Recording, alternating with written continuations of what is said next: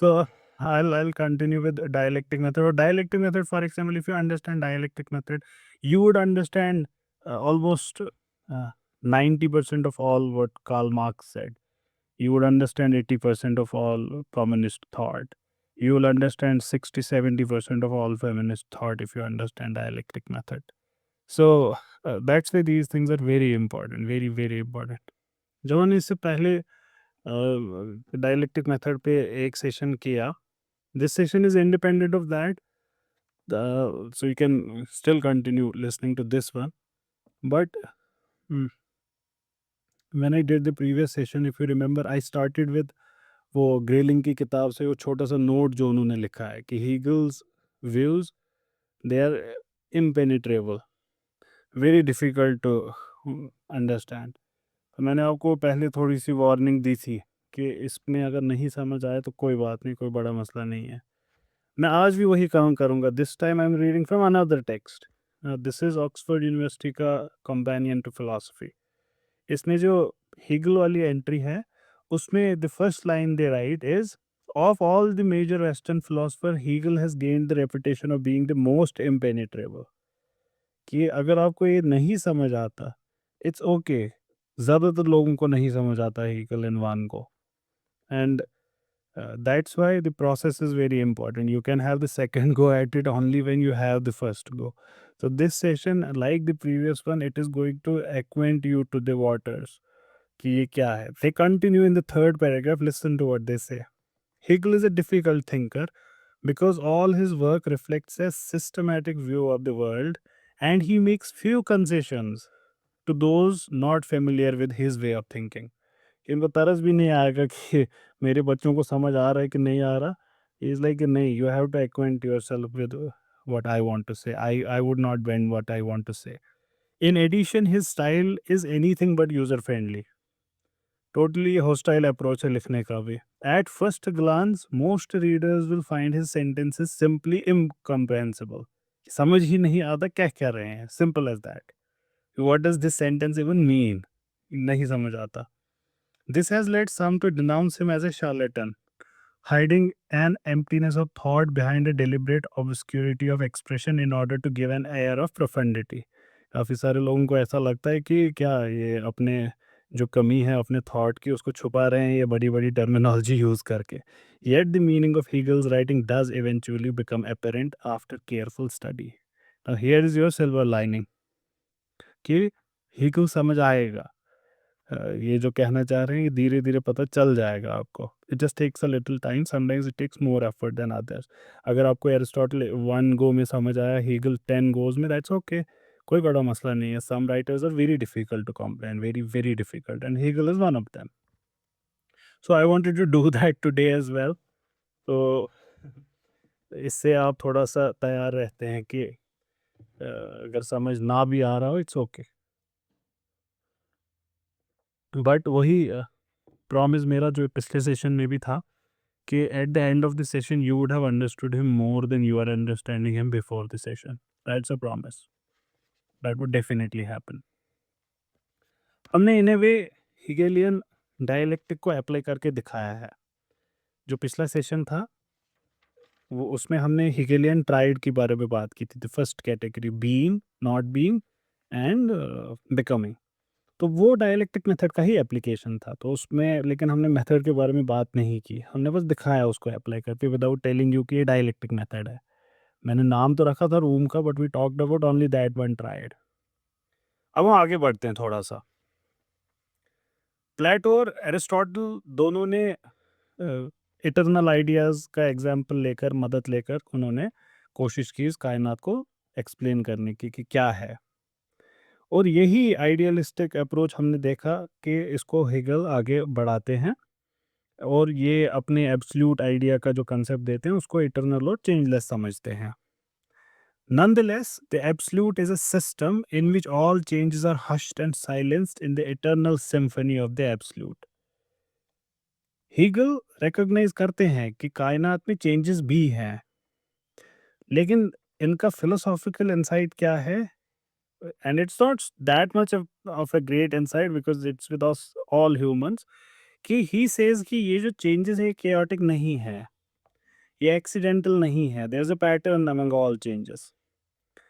They are all logically guided, and they are guided and regulated by something. There's a pattern which he calls a dialectic advance. Dialectic word से आपका तारुफ पहले हो चुका है जब हमने सोक्रेटिस और प्लेटो का थॉट देखा था. वहां पे डायलेक्टिक का मेथड क्या था, आपको उससे काफी हद तक ये मेथड समझ आ जाएगा. वहां पे मेथड क्या था कि कोई किसी मुद्दे पे बात करनी है. Today we want to understand what is justice.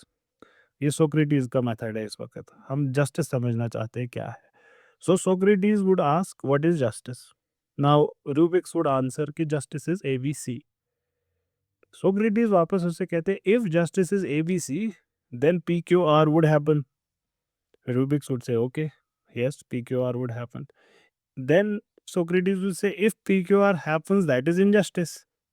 And Rubix would be yes. Then Socrates would say, "That means your definition of justice was incorrect." And Rubix would be yes, it is incorrect. And then he would give them the chance. Now Rubix would either refine her uh, definition, or Naveed, for example, can go ahead. I have another definition. So he would say justice is not XYZ, it is PQR. And Socrates would say if it is PQR, then ABC happens. And ABC is injustice. Therefore, your definition is incomplete. Now Naveed would either change his definition, or Ikra would come in that I have another definition. ये करते करते they would arrive at a definition, which they actually never do. That's वो अलग बात है. They never reach a definition, but the method is illuminating. It helps understand the very concept. ये dialectic method अब यहाँ पे भी वैसे ही होगा. आपको हिंट्स दिखेंगी उसकी. यहाँ पे क्या होगा, एक बात होगी, कोई उस बात के खिलाफ कोई बात होगी, लेकिन बात रद्द नहीं करेगा कोई. वो दोनों को मर्ज करके तीसरी बात निकलेगी. वन आर्ग्यूमेंट वो जस्टिस की डेफिनेशन एबीसी है. उससे फिर पता चला यही जो सोक्रेटिस ने सवाल पूछा कि अगर एबीसी जस्टिस की डेफिनेशन है तब पी क्यू आर होता है, और पी क्यू आर इनजस्टिस है. नाउ वहां पे वो क्या करते हैं, अब वो एबीसी को रद्द करते. यहाँ पे एबीसी रद्द नहीं होगा. यहाँ पे क्या करेंगे, एबीसी को रिफाइन करेंगे, adding into it P Q R as well. How to define P Q R within ABC.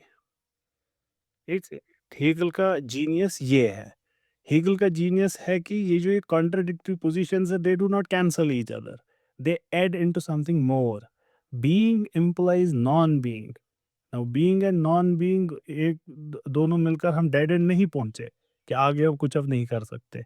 He would say being and non being implies becoming. Becoming includes, देखिए बिकमिंग कैसे include करता है दोनों चीजें. देखिए becoming की खुद कोई तो बीइंग है, कुछ तो है, लेकिन जो ही अगर आप रुकेंगे कि ये एक्स वाई जेड है तो it has become, so it is not still becoming. So it is not properly a being, it is something which is becoming. ठीक. And because it has not become yet, therefore it is not being as well. कोई बात नहीं अगर नहीं समझ आया. खैर, they all are logically guided and are regulated by dialectic advance of thesis, antithesis and synthesis. ये जो ये फलसफा है, फिर से थीसिस, एंटीथेसिस और सिंथेसिस का, ये हीगल का तरीका है पूरी कायनात को समझने का. ये सिर्फ मेथड ऐसे नहीं है कि फिलॉसफी में दिमाग में आपने आइडियाज बिल्ड किए, नहीं. जिंदगी ऐसे ही चलती है इनके हिसाब से. जिंदगी में ही यही होता है रियल लाइफ में. So that's why he is called the first historian, first philosopher of history, because he started explaining history in a dialectic method. कि हिस्ट्री में यही हुआ है. अगर आप हिस्ट्री को देखेंगे तो डायलेक्टिक एडवांस ही हुआ, हम देखेंगे in a few minutes.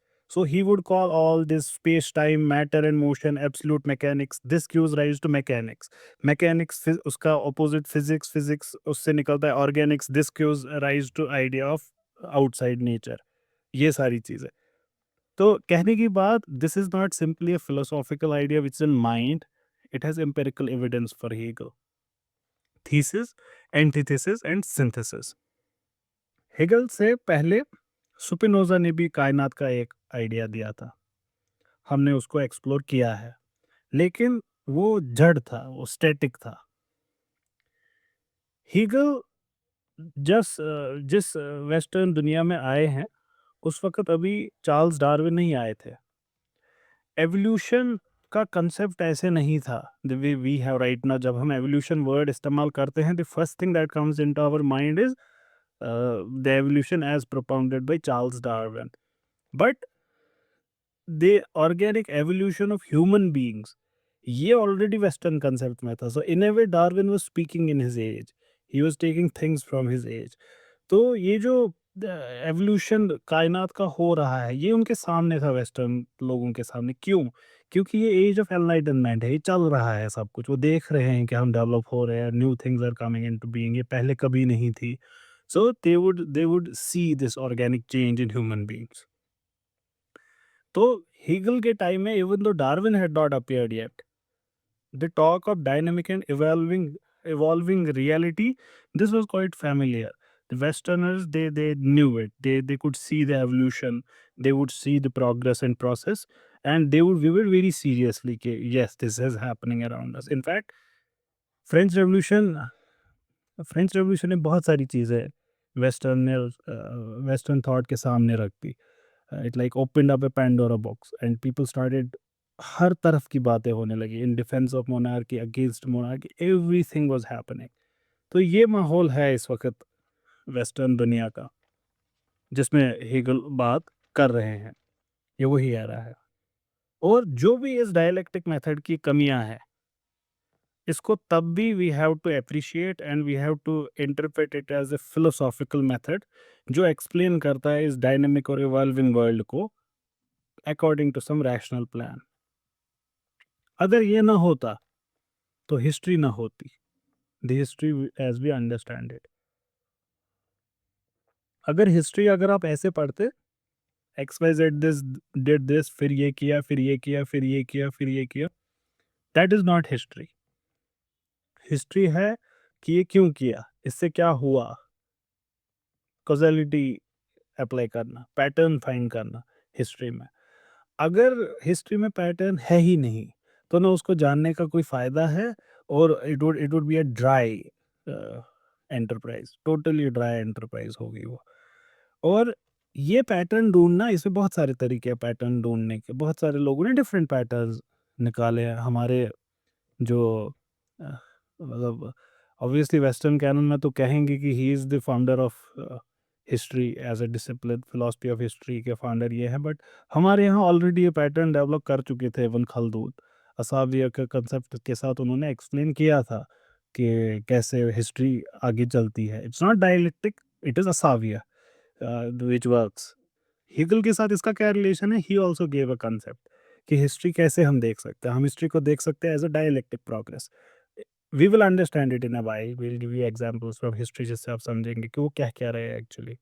So the dialectic method, it tries to explain this world of change and evolution in terms of unchangeable ideas. Hegel explain करने की कोशिश करेंगे एक लॉजिकल ट्रांजिशन जो होता है from abstract to concrete, from more general to less general ideas. He is giving you a concept which would explain both the physical and the mental. He is going to give you an explanation which is going to fit the physical sciences and the philosophical sciences. He is going to give you an explanation which explains everything that is there. Absolute, इसीलिए वो अपने absolute idea को कहते हैं कि एक मुझे ऐसी एक्सप्लेनेशन देनी है जो हर चीज़ को एक्सप्लेन करे, चाहे फिर वो आपके थॉट्स में हो, चाहे फिर वो बाहर की दुनिया में हो. Has he been able to do that is a very different thing. But let's appreciate the genius of the person for a while. One theory, the theory of everything. और इनका जो ये डायलेक्टिक प्रोसेस है, ये logical है in essence. Logical मतलब ये अक्ली है, ये बाहर ज़ाहिरी नहीं है ये. It is not driven by experience. It is entirely mental. Yet, wherever he would explain it, he would take empirical events in consideration. ये देखिए सोशियोलॉजी में, वो एंथ्रोपोलॉजी में, हर जगह इसको अप्लाई करेंगे. वो लेकिन ये देखिए सोसाइटी में ऐसे नहीं हुआ, फिर ऐसे नहीं हुआ, फिर ऐसे नहीं हुआ. And everywhere he gives examples from empirical world. But you should not forget that such examples do not in any way make his explanation empirical. He is only giving you evidence, the evidence that you understand. Otherwise, it is entirely logical. yet at the same time understand that Hegel is an idealist. For him, logical does not have simple formal existence. कि logic सिर्फ हवा में बातें हैं, नहीं. He would say कि जो logical statements हैं वही हकीकत है असली. असल में तो मैटर क्या है बाहर, वही जो हमारी अकल ने हमको बोला. So whatever governs it has an ontological existence, the logic we apply inside our mind. इसके बारे में भी कुछ देर में बात करेंगे. अब डायलेक्टिक मेथड है क्या, इसको समझने के लिए we will use two approaches. One is philosophical and second is mundane, which we can easily understand. For the first one, I'll continue reading from this text which we are reading. For the second part, I'll take Grayling की history of philosophy में से एक छोटा सा portion.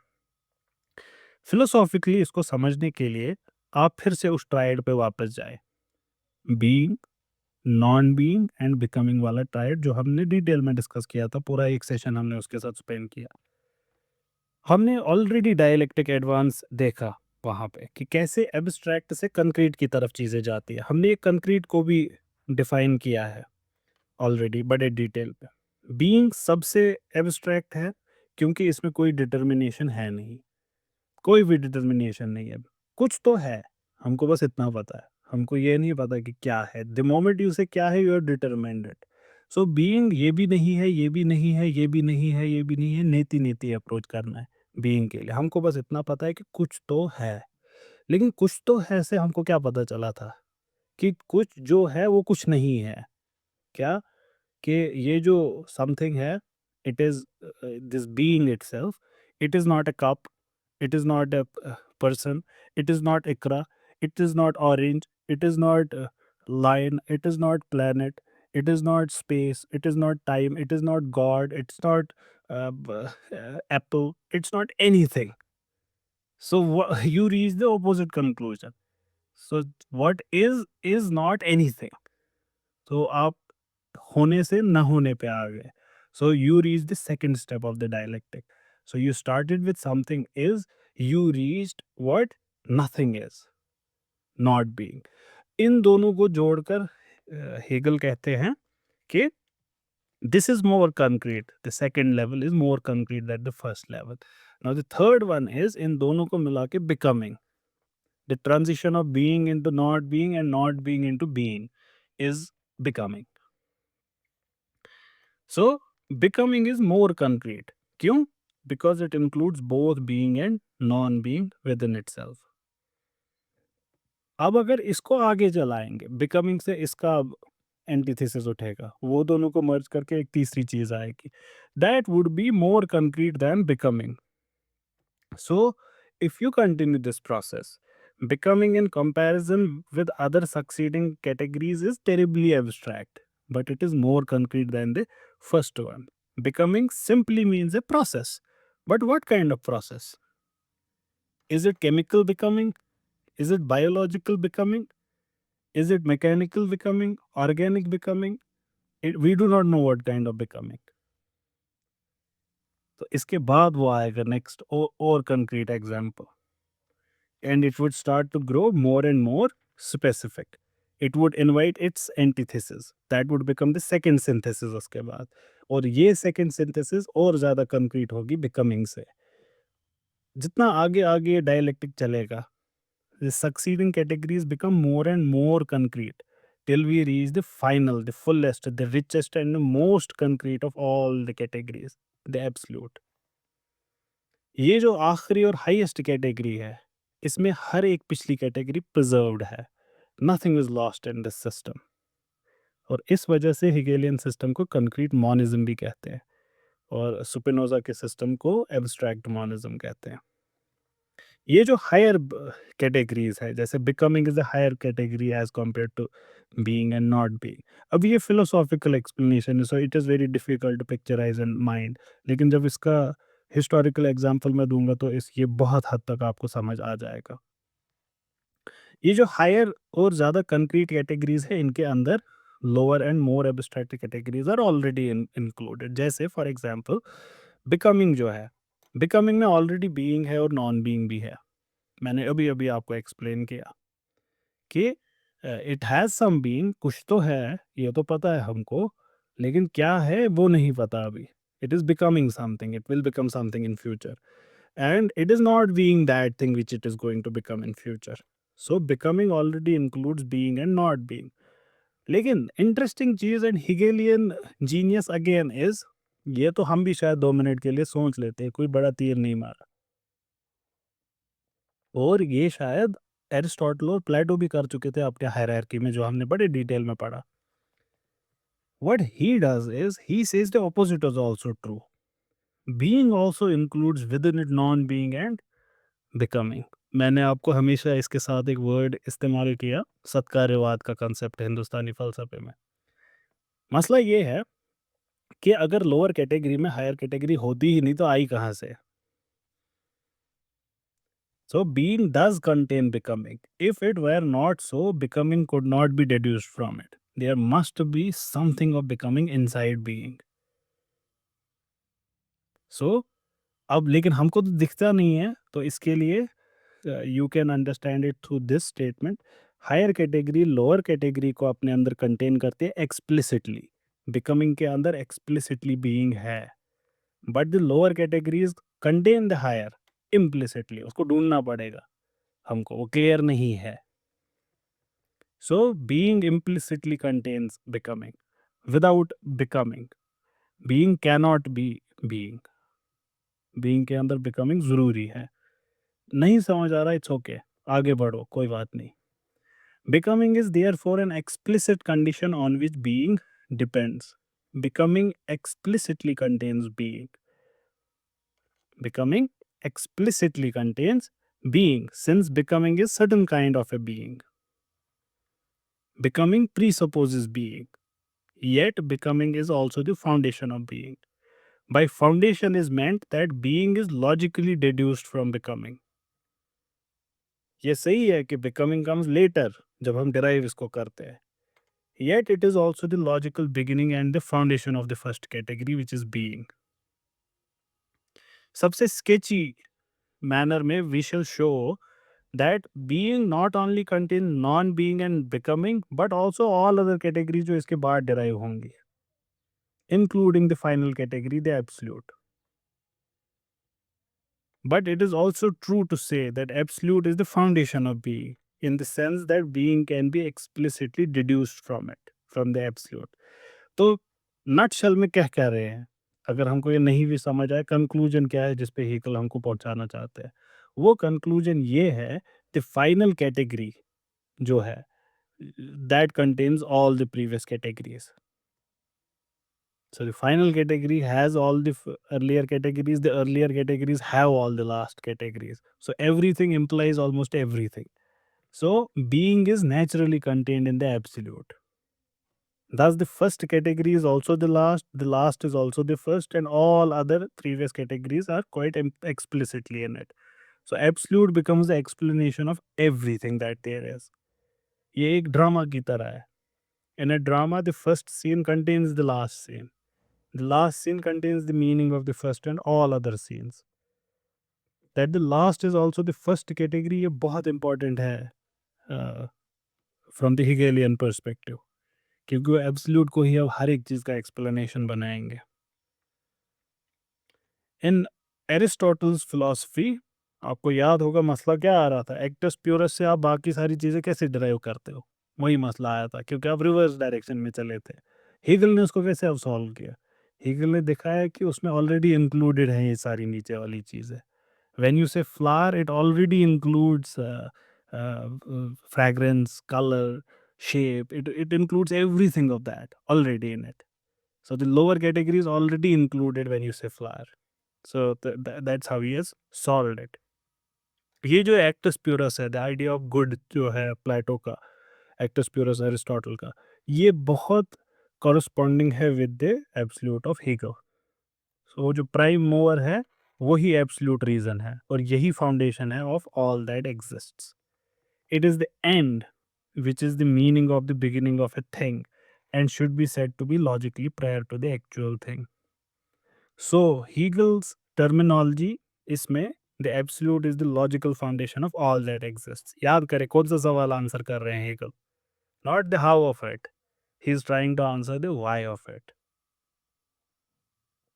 क्यों है कोई चीज ऐसी जैसी वो है? Because of this absolute. As the category or the form is the reason of a thing, so the absolute is the absolute reason of the whole universe. पूरा world is a better word than universe. तो पूरा world का explanation क्या है? This absolute. The whole world is simply a system of categories, interrelated dialectically in such a way that absolute is the reason of being and all other previous categories. And being is implicitly the reason of the absolute. The whole system of categories returns to itself and is self explanatory. ये कहने का मतलब क्या हुआ? Reason is its own reason and is self determined. कोई बाहर से explanation की जरूरत नहीं है इस सिस्टम को एक्सप्लेन करने की, क्योंकि हीगल के लिए लॉजिक प्योरली फॉर्मल नहीं है. जैसे मैंने in the beginning of this session कहा, फॉर्मल मतलब ढांचा. ये सिर्फ ढांचा नहीं है कि if A implies B, B implies C, then A implies C. Hegel के लिए ये नहीं है इतना ही कि ये खाली है, it does not have any matter in it. For Hegel, logic is not materialless. For him, logic is material. Logic is ontology. Logic he determine करता है चीजें क्या हैं दुनिया में. Things have thoughts are one and the same thing. If apple is orange and orange is watermelon, then apple is watermelon. हकीकत में apple is watermelon then, because that's what our mind will show us. और यही होता है. यही होता भी है हकीकत में. What if the other apple you have, it is actually watermelon? You don't know, but your mind tells you it looks like the previous apple. That looked like the previous apple, so this is also an apple. So for him, it's an ontology. It's not simply formal. किसको आप Hegel की इस quotation से देख सकते हैं. अब आपको पता चलेगा हीगल कितना डिफिकल्ट है.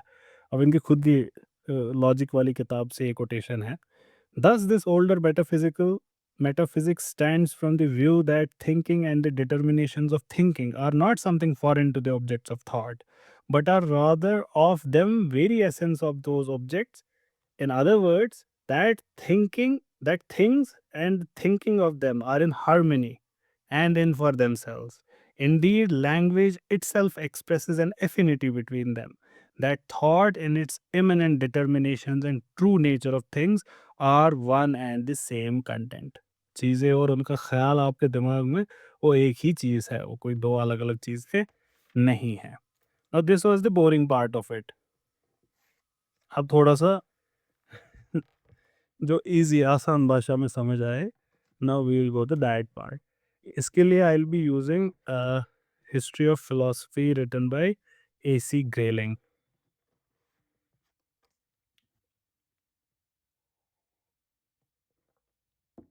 ये थोड़ा सा पहले हीगल के बारे में कह रहे होते हैं, तो हम वो स्किप कर रहे हैं क्योंकि वो हम पढ़ चुके हैं ऑलरेडी. उनके हिस्ट्री थोड़ा कहाँ से क्या क्या हुआ फिर क्या हुआ. देन ही सेज कि ये जो रेवोल्यूशनरी बिगिनिंग्स थी हीगल के सोचने की, ये बहुत टाइम तक रही नहीं. जब उसने फेनोमेनोलॉजी ऑफ स्पिरिट लिखना शुरू कर दिया, he had come to think that the period of history जिसमें वो रह रहे थे, जिस वक्त वो रह रहे थे, ये एक कल्मिनेशन है एक प्रोसेस का जो बहुत पहले शुरू हो चुकी थी.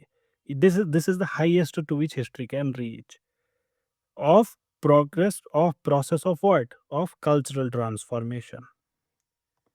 और इसी वजह से फिलॉसफी का काम ये नहीं है जो उन्होंने पहले सोचा था. अगर आप वो टेक्स्ट पढ़ेंगे तो वो भी आपको पता चलेगा पहले क्या सोचा था. That therefore philosophy's task was not as what he had at first conceived, but rather something totally different. क्या है तब फिलोसफी का काम? To make everyone aware of what he saw as the following fact. Hegel ने क्या fact देखा? The dialectic journey of Geist had reached fulfilment. Dialectic journey किसी चीज का जिसको वो गाइस्ट कहते हैं, वो अपने फुलफिलमेंट तक पहुंची है. तो क्या कह रहे हैं इस सेंटेंस में? आसान भाषा में, आसान भाषा में हीगल का कंक्लूजन है, कोई जर्नी है, कोई सफर पे कोई चीज चल पड़ी है और उस सफ़र पे वो चीज़ अपने पाए तकमील पे पहुँच चुकी है, अपने एंड पे पहुँच चुकी है, जो उसका मकसद था वहाँ तक वो पहुँच चुकी है। ये जर्नी क्या है? ये बाय रोड है, ये बाय एयर है, ये प्लेन्स में से है, माउंटेन्स में से है, ये कहाँ से है? ये डायलेक्टिक है। और ये जर्नी का मुसाफ़िर कौन है? ये गाइस्ट है।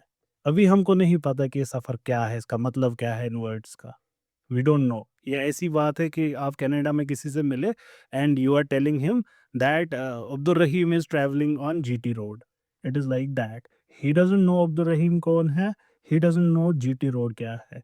वैसे ही हमारे लिए ये स्टेटमेंट है इस वक्त कि फिलोसफर का मकसद क्या है कि इस कनाडा के बंदे को ये समझाना कि अब्दुल रहीम जीटी रोड पे है और वो पहुंच चुका है लाहौर, क्योंकि वहाँ पे ख़त्म होता था इनिशियली जीटी रोड। तो ये उनको बताना है। He doesn't know Lahore, he doesn't know GT Road, he doesn't know Abdul Rahim. So we need to know these three things from Hegel. कि dialectic journey of Geist has reached its fulfillment. These 7 words, ये है पूरा Hegel का फलसफा, अगर ये समझ आया। And the explanation of them is as follows. So now let's see एक एक करके क्या है ये 3 चीजें। पहले तो Geist, जर्मन वर्ड है। लफ्ज़ी मानी इसके जब हम देखते हैं अंग्रेज़ी में, हम इसके लिए और आपको हर टेक्स्ट में यही वर्ड्स मिलेंगे। द स्पिरिट, स्पिरिट आपको सबसे ज़्यादा मिलेगा। लेकिन स्पिरिट है क्या, ये नहीं है क्लियर। ये आप नहीं समझ पाएँगे इन वन गो, क्योंकि आपके अंदर ऑलरेडी डेफिनिशन ऑफ स्पिरिट है। सिमिलरली काफ़ी सारे टेक्स्ट इसको ट्रांसलेट करते हैं एज़ माइंड। अब is he talking about the progress of mind through some journey that has reached its culmination? What is he trying to say?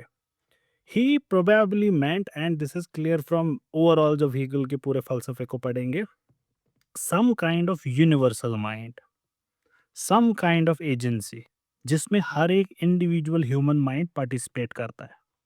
हर एक individual mind उसी चीज़ का पार्ट है। हर एक इंडिविजुअल माइंड उसमें पार्टिसिपेट करता है। And this is some absolute mind, some universal mind. We do not know what exactly it is, but this is what it is.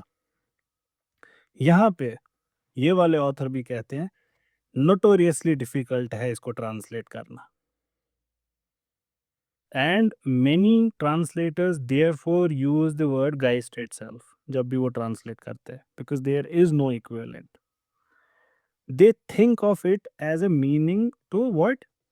World mind, world spirit, जिसके हिस्से हैं individual finite minds, जिसमें हम सब share करते हैं। हम सब जितने भी लोग हैं, we share a part in it. लीगल, ये जो इनका हीगल का लेटर वर्क है philosophy of history, this was written to show कि हिस्ट्री कैसे है as a story and development of this universal mind of the Geist. What kind of journey? A journey to greater and greater self realization, self fulfillment over time. तो अब हमको destination भी पता चल गई। ये कनाडा वाले बंदे का लाहौर क्या है?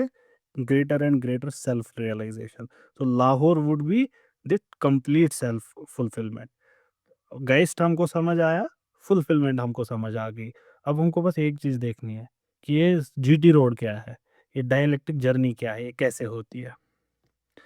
One way of clarifying Hegel's point is to note that history has indeed witnessed a development of mind. सबसे आसान तरीका इसको समझने का क्या है? रुडिमेंट्री लेवल पे अगर आप खुद को देखें, अगर आप पास्ट का लिटरेचर उठाएं, पुरानी बातें सुने, पुरानी बातें समझे, तो यू वुड एटलीस्ट हैव इतना तो कि इल्मी सतह पे हम बहुत आगे निकल चुके हैं एज कम्पेयर टू बहुत पुरानी बातें। यू वुड सी कि एक इंक्रीजिंग डिग्री ऑफ अंडरस्टैंडिंग है हमारे अंदर आज, जो पहले नहीं थी। इंसानों के अंदर एज ए होल बात हो रही है। हमारे अंदर बहुत अवेयरनेस है। The insight we have achieved is great. हम सुपरस्टिशियस इग्नोरेंस से बहुत आगे बढ़ गए हैं।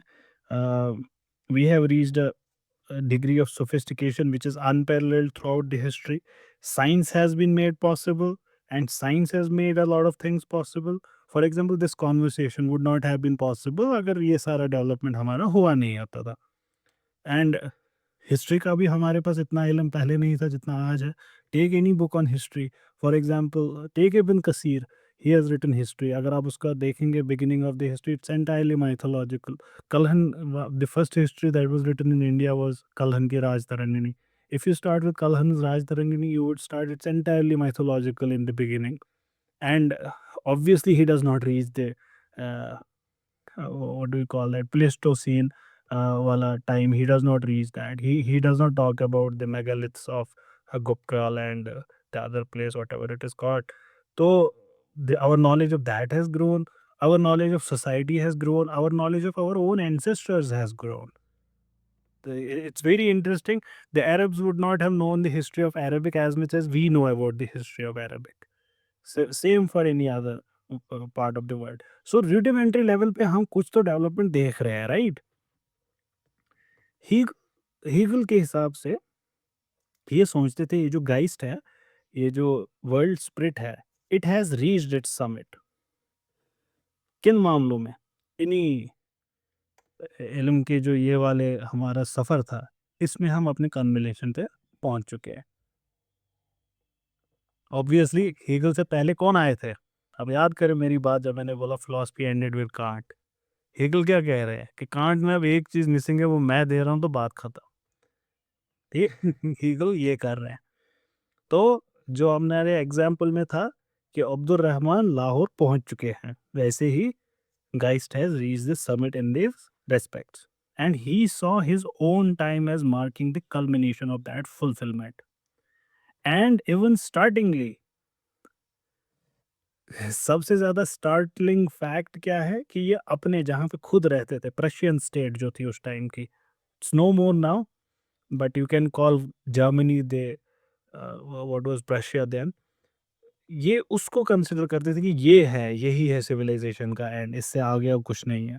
The authoritarian monarchical Prussian state, जिसके वो खुद सब्जेक्ट थे, ये उसको समझते थे embodiment of the fulfilment of that history, that dialectic path जो है, ये है उसका फिजिकल लाहौर, ये है। अब एक और चीज है, इनका एक और टेक्स्ट है, उसका नाम है फेनोमेनोलॉजी ऑफ स्पिरिट। ये वर्ड अब आपके लिए नया नहीं है, ये बहुत बड़ा है पर नया नहीं है अब आपके लिए। ये क्या है? ये फेनोमेनोलॉजी क्या होता है? ये स्पिरिट तो यही है, Geist. Phenomenology is a study of appearances. Phenomena is what is appearing in front of you. Phenomenology is study of what is appearing in front of you. Phenomena मतलब appearance, and it does not mean the thing in itself that is appearing to you. No, it does not mean this thing that seems to appear to you. No. ये एक अच्छा example देते हैं। ये कहते हैं, the sun appears to us as a fiercely bright object in the sky above us that we could cover with a coin. अगर आप इसके बाद अपनी आंखें सूरज से हटाएं, एक परसिस्टेंट इमेज होगी आपके आईलिड्स पे। ये भी फेनोमेना ही है अभी। You do not know the sun in itself even yet, but in this case the real thing is not immediately behind the appearance any longer. Real thing जो sun था वो हट गया, अब आपके पास क्या बचा? सिर्फ उसकी एक appearance. For this after image phenomena is caused by the continuing excitation of eyes and brain. ऐसे ही सारा फेनोमेना है। Phenomenology of a spirit means the way, ये जो जीटी रोड को अब एक्सप्लेन कर रहे हैं, the way Geist appears at different stages in its unfolding और डेवलपमेंट। ये जो कोलकाता से या अटक से कटक इनको जाना है, ये जब निकले हैं अपने रास्ते से अब्दुल रहीम साहब, ये लाहौर पहुंचने के लिए जो रास्ता अपनाए हैं, ये उसकी स्टडी है अब, कि ये रास्ता क्या है, ये GT road. More precisely still, Hegel's view is that this unfolding is an unfoldment of what? Self awareness. तो अब आपको सफर जब पता चल रहा है, सफर क्या? ओ, सेल्फ अवेयरनेस का सफर है, सेल्फ अंडरस्टैंडिंग ऑफ गाइस्ट। तो गाइस्ट अपने सेल्फ अंडरस्टैंडिंग के सफर में कल्मिनेशन पे पहुंच चुका है, ये कह रहे हैं। तो आपको तीनों चीजें अब समझ आ गई। The greater the degree of this self understanding, ये क्यों करना है, जाना क्यों है लाहौर, ये सफर क्यों तय करना है? The more free Geist is, जितना ये इसको अंडरस्टैंड करेगा उतना आज़ाद है ये, until it reaches the state of absolute freedom. It attains this state because it is simultaneously the state of absolute knowledge. The two things are one and the same thing. That means absolutely free होना, absolutely knowledgeable होना है. So the spirit wants to know itself. तो सफर क्या है? The spirit's knowledge of its own self. The absolute wants to know itself. और उस सफर में वो निकल चुका है, वो अपने सफर के एंड पे पहुंच चुका है. This knowledge of reality as it is in itself, which he called knowledge of the absolute. How is it achieved? This is achieved as we develop from mere sensory knowledge through increasing degrees of self consciousness. Absolute का खुद के बारे में इल्म उसी level पे बढ़ता रहता है जितना आपका और मेरा इल्म हमारे बारे में बढ़ता है. So when we know it is the absolute knowing itself. Hegel made a particular point of the fact that as self consciousness requires consciousness of others, मुझे खुद को जानने के लिए आप लोगों को भी जानना है. It is felt most strongly through desire for what is not itself. सबसे ज्यादा ये कैसे तब होता है हमारे अंदर? Through desires.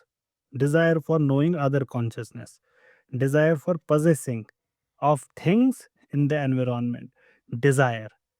So desire, in other words, for changing and appropriating the world or the aspects of it. अब आपको यहाँ पे दिख रहा होगा कार्ल मार्क्स, हल्का हल्का कार्ल मार्क्स दिख रहा है. कार्ल मार्क्स ने जब ये पढ़ा होगा फर्स्ट टाइम, यहाँ पे लगाया होगा बगल में हाशिए में एक नोट डाला होगा इंटरेस्टिंग कि डिजायर. मार्क्स के लिए the point of philosophy was not merely to understand the world but to change it. और हेगल यही कह रहे हैं कि हमारे अंदर एक डिजायर है ये करने की. The need that a self consciousness has for a relationship with another self consciousness. This arises from the fact that this is how self consciousness is achieved. हम खुद को जानेंगे ही कैसे? दूसरों को जान के. ओके, मैं ऐसा नहीं हूँ. इससे मुझे पता चल गया कि मैं क्या हूँ. मैं ये शख्स नहीं हूँ. ये नीति नीति करके मैं अपने बारे में जानता हूँ. So we need to know the outside world through recognition, through acknowledgement of another consciousness. One of the most celebrated parts of phenomenology of spirit is Hegel's discussion on the relationship between master and slave. अब आपको दिखेगा dialectic method का application पहला. देखें जरा master और slave के बारे में क्या कहते हैं. So, one of the most celebrated parts of phenomenology of spirit is Hegel's discussion on the relationship between master and slave, and the preceding claim that the first and most natural expression of mutual recognition between two self consciousnesses is not amity but conflict. कि पहला जो हमारा आपस में रिश्ता बनता है वो दोस्ती का नहीं है, दुश्मनी का है, कन्फ्लिक्ट का है. इवन इंडीड ये कहाँ तक पहुंच सकता है ये conflict? It can lead to death. लेकिन ये कहते हैं कि ये जो है ये दोनों का तजाद आपस में, आपको हल्का डायलेक्टिक मेथड दिख रहा होगा, ये जो इनके बीच में तजाद है आपस में, लड़ाई चल रही है दोनों की. He realizes that the combatants वो बहुत ही जल्दी रिकग्नाइज करते हैं that destruction of the relationship is inevitable if one does not give way. दो में से एक को झुकना पड़ेगा. So an accommodation is reached to end the conflict. An accommodation जो टिपिकली एसिमेट्रिकल होती है, जिसमें victor he has risen one level over the vanquished. जिसने हारा उससे वो एक कदम आगे बढ़ा. सो व्हाट हैव वी रेड यहाँ तक? The relationship between master and slave and the preceding claim that the first and most natural expression of mutual recognition between two self consciousnesses is not amity but conflict, even indeed combat to death. But then he says combatants soon recognize that destruction of the relationship is inevitable if one does not give way. So an accommodation is reached that ends the conflict. An accommodation that typically takes an asymmetrical form in which the victor has ascended and has ascendancy over the vanquished. A master slave relationship is reached. अब क्या कहते हैं Hegel? लेकिन ये relation unstable है. Slave जो है ये एक्नॉलेज करता है मास्टर की एग्जिस्टेंस को, but this is not satisfying to the master. इतना ही नहीं है अब मास्टर के लिए किसने एक्सेप्ट कर ली मेरी एग्जिस्टेंस. इसके लिए तो slave is a mayor thing. The minimal and exploitative recognition by the master of the slave makes the slave seek satisfaction. कैसे? In shaping parts of the material world into objects. Plants, table, ये सारी चीजें वो बनाता है अब. क्यों? To gain the satisfaction of the master. आपको फिर से दिख रहा होगा आगे मार्क्स, कार्ल मार्क्स दिख रहा होगा आपको. ये इससे क्या होगा? ये क्यों करेगा अब स्लेव? ये उसको एक सेंस ऑफ सेल्फ देगा, ऑफ सेल्फ वर्थ. लेकिन उसकी बदकिस्मती, the objects he makes are not his, they are appropriated by the master. He is alienated from the fruits of his own work. ये जो की आइडिया है हीगल का, ये मार्क्स का स्टार्टिंग पॉइंट है. यहाँ से वो अपने theory of alienation of labour लेते हैं. The slave's products are not only taken away from him, denying his self-affirmation as their maker, but become a major aspect of what oppresses him. ये है ना मार्क्स का फलसफा कि क्या करता है एप्पल. एप्पल का मास्टर जो है वो क्या करता है? वो अप्रोप्रिएट करता है एप्पल के एम्प्लॉयज़ का लेबर. ये उनकी मेहनत है, एप्पल की मेहनत नहीं है. ये इस फर्द की मेहनत है, लेकिन उस फर्द का उस पर हक नहीं है. Hegel saw Stoicism in ancient philosophy as an attempted route out of alienation. कि इस एलियनेशन से बचने का तरीका स्टोइसिज्म है, bye means of finding inner strength. देखे कैसे हो रहा है अब डेवलप डायलेक्टिक. एक अंदर की स्ट्रेंथ को ढूंढना, एक कंसोलेशन ढूंढना इन वंस ओन माइंड, अपने अंदर झांक के अपने लिए अमन ढूंढना. Making it a matter of indifference whether one is a slave like Epictetus or an emperor like Marcus Aurelius. Indifferent, stoic silence होनी चाहिए, indifferent, कि जो हो रहा है अल्लाह ताला की मर्जी से हो रहा है, कोई इंडिफरेंस अपने अंदर क्रिएट करना. यहाँ से अगला स्टेप अब ये है. इसमें दोनों चीज़ें अब सिंथेसाइज हो गई. But this detachment from reality is ultimately barren. ये भी फुल फ्लेजेड सेटिस्फैक्टरी नहीं है, and leads eventually to the unhappy consciousness, an alienated soul, in which master and slave are discordantly united within a single consciousness. Ye consciousness, it yearns to be independent of material things, yet it is ineluctably part of the world, the physical condition of which, with all its pleasure and penalties, is inescapable. कि चाहता तो है ये indifferent रहे अब हर एक दुनिया के साथ. ये अगला स्टेप तो है, ये डेवलपमेंट तो है पिछले स्टेप से, लेकिन ये हो नहीं सकता. क्यों नहीं हो सकता? क्योंकि वो इसी कायनात का हिस्सा है. इस कायनात को उसे चखना है. जो भी ये पेश करेगी वो उसको टेस्ट करना है. और इस वजह से ये जो टॉर्न कॉन्शियसनेस है, इट सफर्स. यहाँ पे हीगल्स टारगेट इज क्रिश्चियनिटी और any other religion that does what Christianity does. क्या? Turns humans nature against itself. ये इंसान की जो अंदर का इंसान है उसी को मुर्दा कर देना. ये जो ये लाहौर है हमारे अब्दुल रहीम का, गाइस्ट का क्या है? The goal of Geist is evolving self awareness, is getting absolute knowledge of reality as it is in itself. Position of this knowledge is complete freedom. Term जो हीगल ने यूज की अपने फिलोसॉफिकल आउटलुक के लिए is absolute idealism, denoting his conviction that ultimate reality as it is in itself is mental. In less developed states of consciousness, mind does not realize that it constitutes reality. जब इंसान अपनी अक्ली तरक्की अभी नहीं किया होता है, जब वो निकला होता है सफ़र पे उसको लगता है ऐसा ही शहर होगा वो भी जहाँ जाना है। So he does not realize कि he is doing it. He does not realize he is constituting the reality. It thinks reality is independent of itself. उसको लगता है वो अलग चीज़ है, मैं अलग चीज़ हूँ। And that our perception and reason are instruments for discovering the nature of independent reality. कि ये tools हैं हमारे पास, ये reason जो है ये tools है। वो ये नहीं समझता कि reason ही है जिसको समझना है। उसको लगता है ये तरीका है बाहर की दुनिया को समझने का। वो ये नहीं समझ पाता कि बाहर की दुनिया और अंदर की दुनिया एक ही दुनिया है। The failure of these instruments to grasp the nature of reality as it is in itself is what led Kant to say that they can operate only in relation to the world as it appears. कहते हैं ये जो tools का failure है, इसी की वजह से कांट ने बोला था we have to limit these tools to the world as it appears to us, phenomenal world. Given that the way it appears to us in large part the result of how the mind configures it. क्योंकि हम सिर्फ इसको वहां तक limit कर सकते हैं उस दुनिया पे जिस दुनिया को दिमाग बना रहा है, वो है फिनोमिनल वर्ल्ड।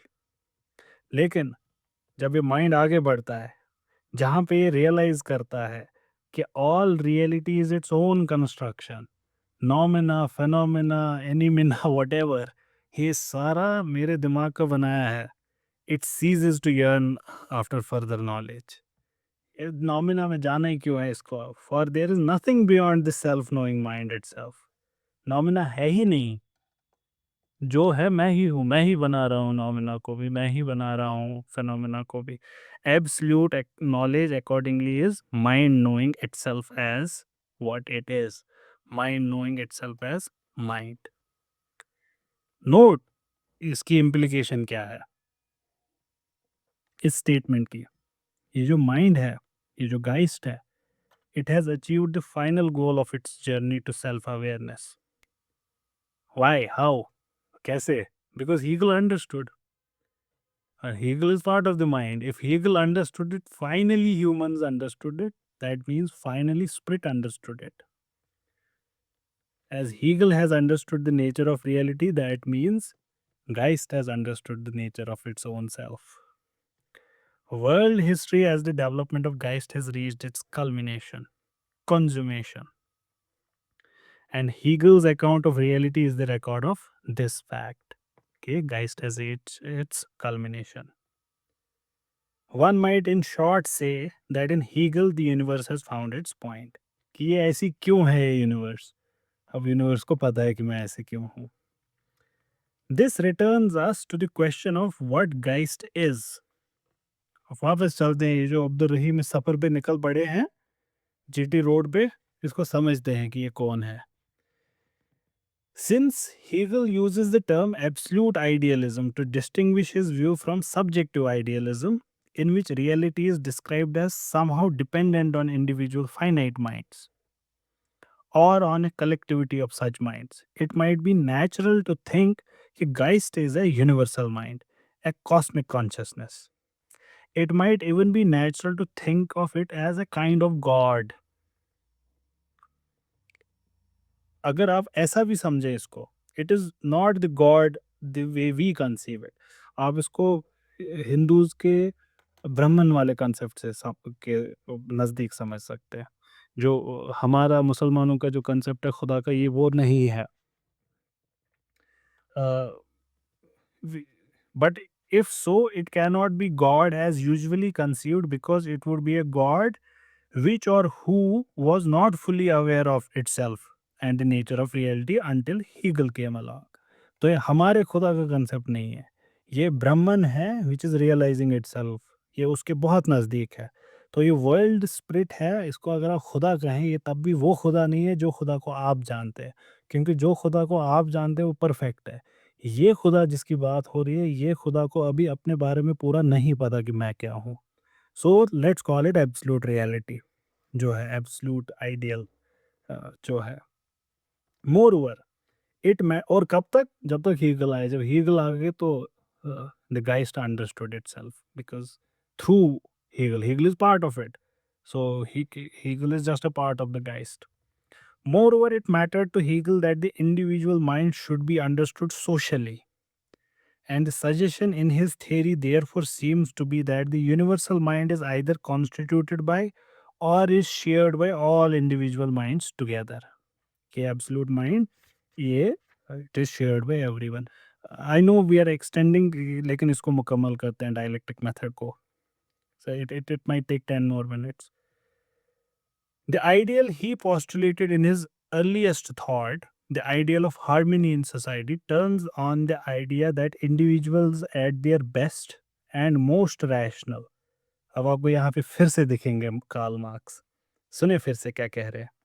ये जो आइडियल सोसाइटी है, the ideal he postulated in his earliest thought, the ideal of harmony in society turns on the idea क्या कि इंडिविजुअल्स जब अपने सबसे हाईएस्ट लेवल पे होते हैं, when they are at their most rational, at their most best, at their best, sorry, once all selfishness is set aside, how would they act? They would act in accord with each other because they are all partners, so to speak, in a cosmic consciousness. अब इस spiritual को material कर दो तो Karl Marx हो गए. और जो मेथड हीगल ने एम्प्लॉय किया ये रियलिटी को एक्सप्लेन करने के लिए, इट्स कॉल्ड डायलेक्टिक्स. प्लेटो के अंदर डायलेक्टिक एक प्रोसेस थी जिससे सवाल जवाब होता था, जो मैंने आपको पहले भी इस सेशन के स्टार्ट में एक्सप्लेन किया. एक अप्रोच था वो कि हम हकीकत तक पहुंचे by question and answering. Opposing arguments थे हम हर डेफिनेशन का, जो पुश करे डेफिनेशन को कि रिफॉर्म हो, इवॉल्व हो, and finally we reach the गोल.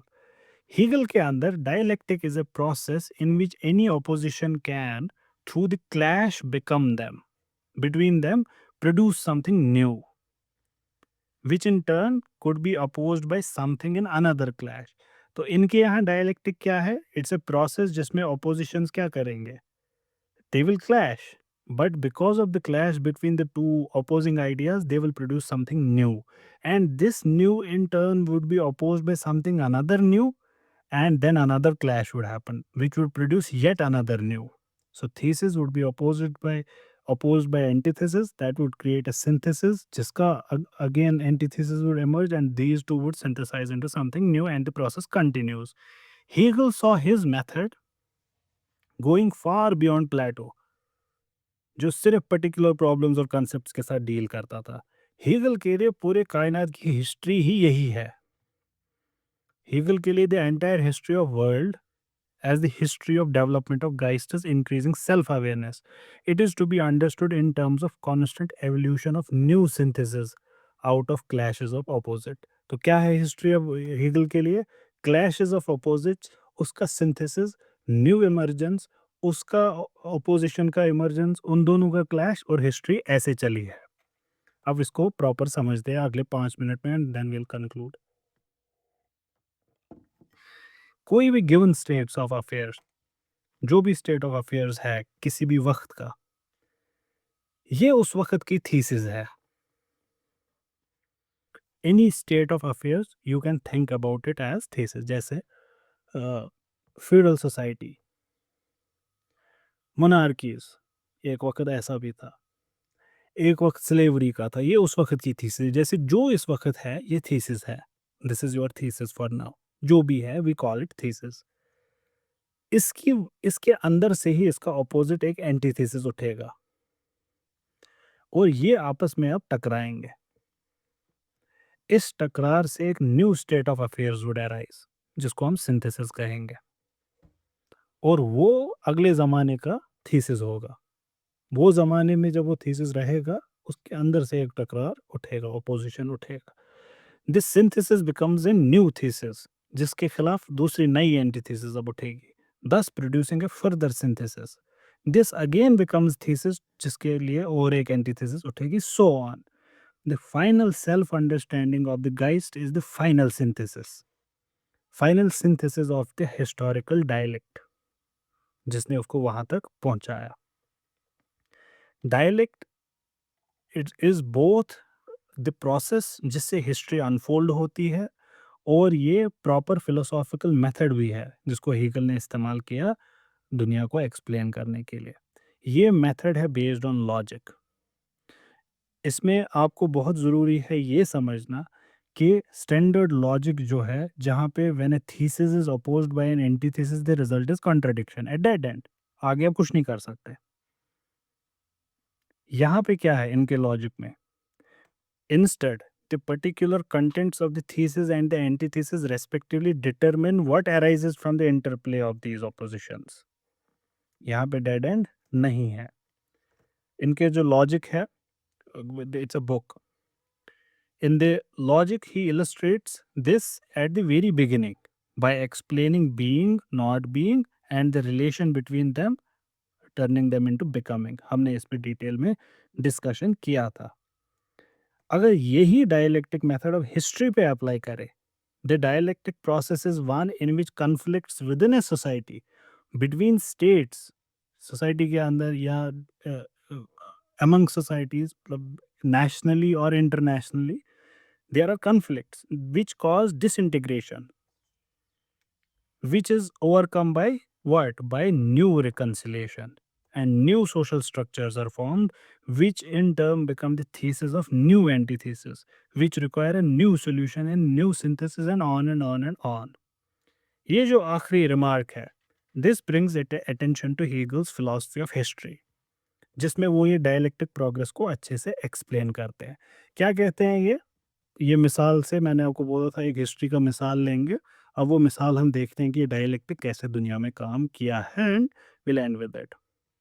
ये कहते हैं कि history had it's beginning, that means वो जो अब्दुल रहीम निकले हैं वो सफ़र शुरू कहाँ से किए हैं, गाइस्ट ने अपना सफ़र शुरू कहाँ से किया है। कहते हैं ये दुनिया के ईस्ट में हुआ है, एशिया में, और इसका लाहौर कहाँ है? The culmination is in Europe of his own day, particularly in Prussia। इनके खुद के अल्फाज में he writes, the history of the world is nothing other than the progress of consciousness of freedom। Freedom को समझना यही हिस्ट्री है दुनिया की।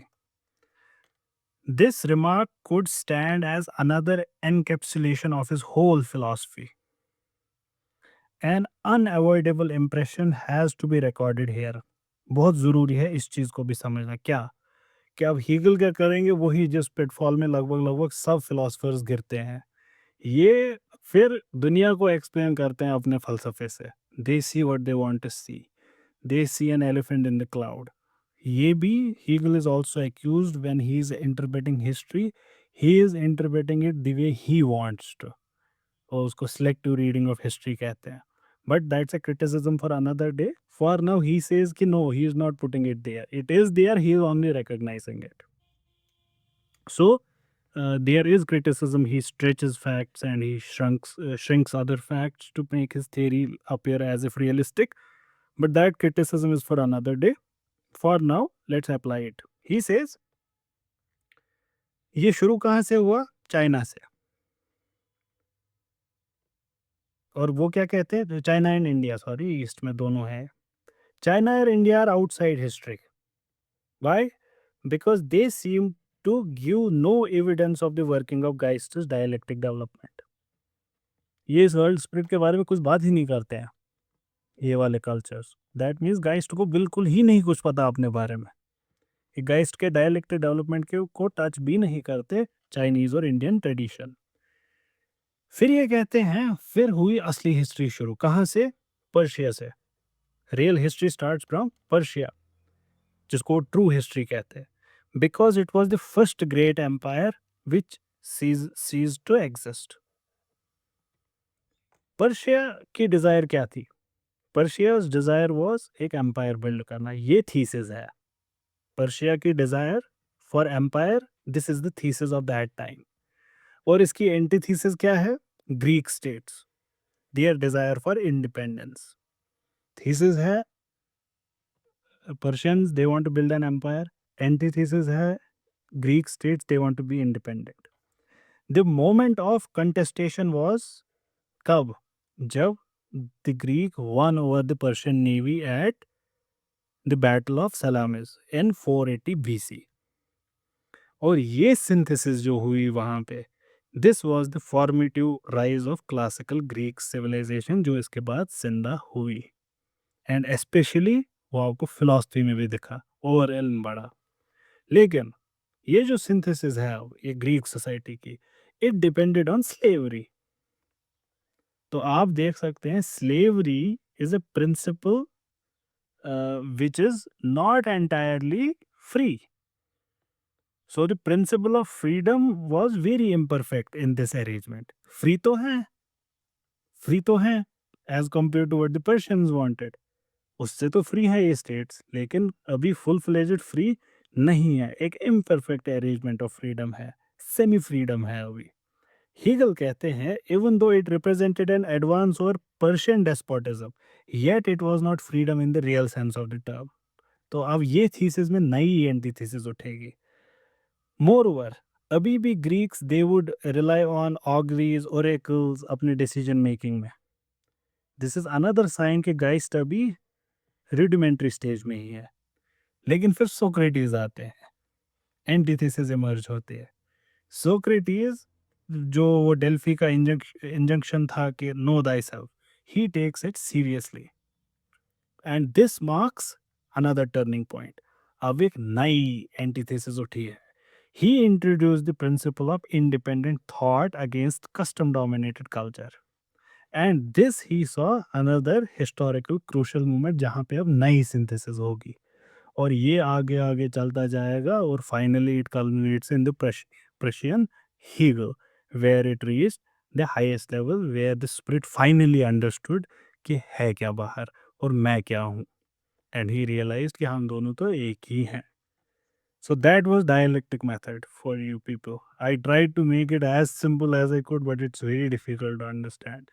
But you can remember it with that of the Rahim का GT रोड पे सफर, उससे आपको ये काफ़ी हद तक याद रहेगा. So that's all for today. Thank you so much. And really thankful that you people stayed because it was a tough read. हमारा हीगल का सफ़र ऑलमोस्ट मुकम्मल है. हम देखते हैं कुछ और चीज़ें अगर हमको कहीं पे इसमें देखने की ज़रूरत पड़ी फ्रॉम दिस टेक्स्ट, तो हम उसको देखने की कोशिश करेंगे. अ, अगर नहीं तो we would move on criticism of idealism पे हम इसके बाद चले जाएंगे. सो आई विल सी कल क्या हम करेंगे, या तो हिगेलियन थॉट को कंटिन्यू करेंगे या तो हम मोर की क्रिटिसिज्म ऑफ आइडियलिज्म उस पे चले जाएंगे. दो में से एक चीज़.